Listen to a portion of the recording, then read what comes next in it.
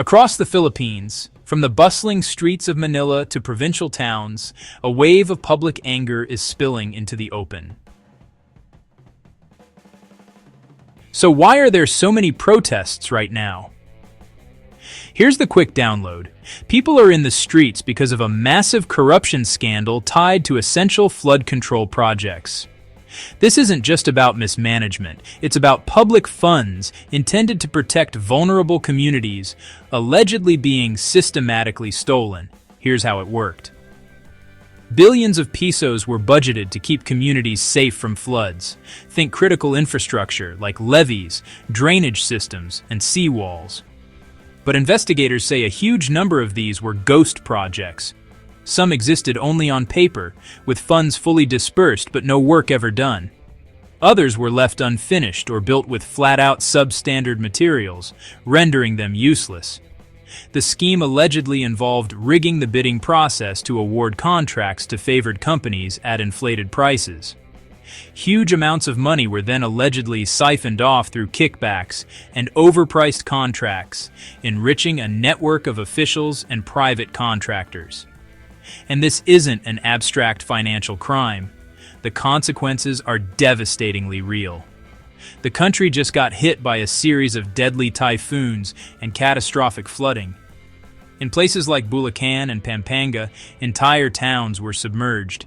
Local officials and disaster response teams say some of those deaths and the widespread destruction could have been prevented if the flood defenses had actually been built to specification. That's why the anger is so raw. In response, you've got tens of thousands marching in Manila and other cities, calling for accountability. The coalition of protesters is broad. Clergy from the influential Roman Catholic Church have joined the marches, and in a significant political shift, the powerful Iglesia ni Cristo, a church that backed the president in the 2022 election, showed up demanding a transparent investigation. That signals a major crack in the administration's support base.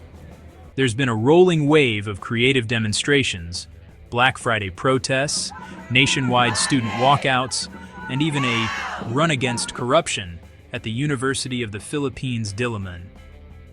Major mobilizations like the Trillion Peso March on September 21st and again on November 30th drew huge crowds with slogans that are blunt and direct. Jail all the corrupt. Some are even calling for the president's resignation. Police have deployed by the tens of thousands to manage the crowds. While most protests have been peaceful, a smaller march near the presidential palace saw a crackdown turn violent, resulting in one death, several injuries, and arrests. Meanwhile, the scale of the alleged corruption is jaw-dropping. The Department of Finance estimates initial losses from these ghost flood projects are in the tens of billions of pesos. Nearly 10,000 individual projects are now under investigation. Environmental groups like Greenpeace have also raised alarms, suggesting that climate-tagged funds, money specifically meant to help the Philippines adapt to extreme weather, may have been plundered at an enormous scale. So what's the government's response? Facing immense public pressure, arrests have started. So far, several public works engineers and contractors have been taken into custody.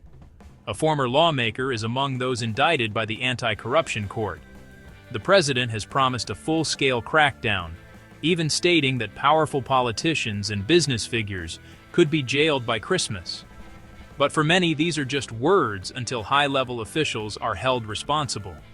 So, why the sustained protests? Because for millions of Filipinos, this corruption isn't just numbers on a spreadsheet. It's their flooded homes, their lost livelihoods, and in the most tragic cases, lives cut short. The people on the streets have clear demands. They want the stolen money returned, real, effective projects built, and everyone responsible, no matter how powerful, held to account. That's the story so far. If you want a deeper dive on any part of this, let me know what to unpack next. This is Glenn's Project. Please don't forget to subscribe, like, comment, and hit that notification button for more videos like this. Stay with me, and I will take on the current happenings within our motherland, the Philippines. Thank you for watching, and see you in the next videos.